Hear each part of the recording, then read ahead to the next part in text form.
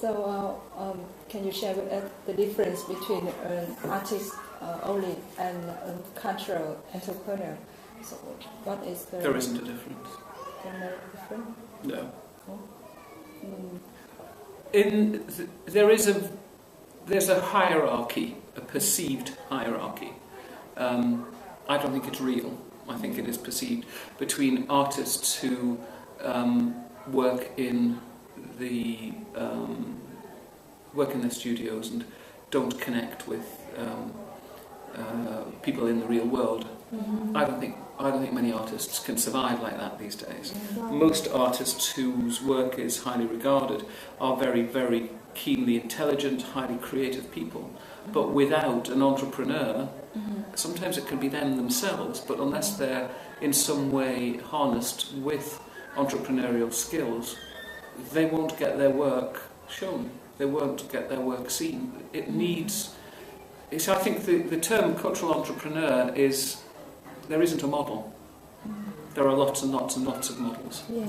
I mean, I've just come from a meeting to meet with you now. I've just been the last hour with a theatre artist who I've known for a very long time and a young producer that she's working with. Now, the producer's job is, if you like, as a cultural entrepreneur, because his role is to make sure that her ideas creatively work, that she gets the right kind of support from other artists, independent directors, lighting designers, sound designers. He's putting together that mix. Who's the entrepreneur? Is it her or is it him? Or is it the sound artist that's working with them or the lighting designer that's working with them? They're all cultural entrepreneurs in my book. Mm-hmm. Because the entrepreneurship is around knowing what you need and developing the sensitivity and the experience and the networking to know what sort of skills you need to bring together to make something happen. And I always think it's a little bit like making a cake. You can make a cake to lots and lots of different recipes, but they're still a cake. Yeah. Mm-hmm. A piece of theatre is still a piece of theatre, mm-hmm. although actually increasingly in the UK at least, it may not be a traditional piece of theatre that's presented in a traditional theatre. It may be a theatrical or a dramatic experience that's presented in the open air or in a cafe or wherever it might be. Then nonetheless, there's no hierarchy in terms of what is important and good and what is not important and not good. You can get good art happening anywhere. It doesn't only happen in concert halls and big theatres. It can happen anywhere. And the people that make those things happen are all, to one degree or another, depending on their particular skill set, they're all entrepreneurs.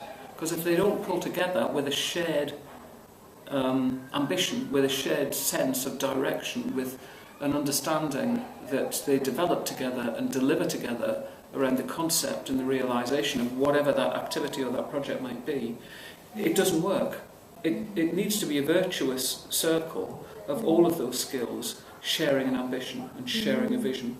And the concept, if you don't have a clear concept of something, you can't make it. Yeah. You can't make it happen. You have to have that shared concept. Yeah. And then you've got all of these cultural entrepreneurs. Yeah, of course you get some people who are really skilled at certain things. I mean, I can think of probably half a dozen people quite quickly who I would say are fantastic cultural entrepreneurs in that they've made all sorts of extraordinary things happen. Mm-hmm. But actually, they couldn't have made them happen on their own. Yeah.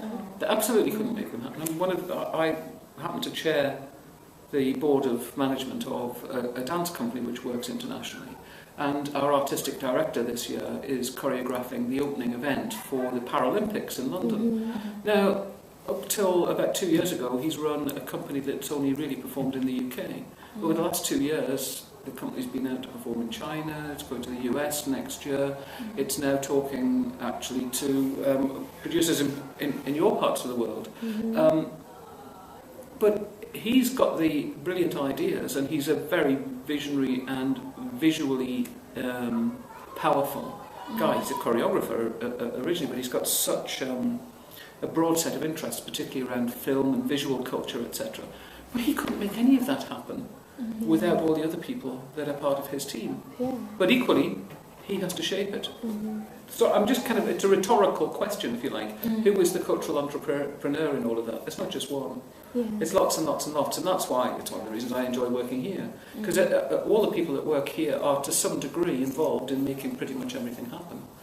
So we have a team of producers who work to me, and they work in performing arts, visual arts, media arts, learning and participation. We have one producer who works particularly closely with young people between the ages of sort of 14 and 24. But they all have to bring the rest of the team together Yeah. to make any event happen. Yeah.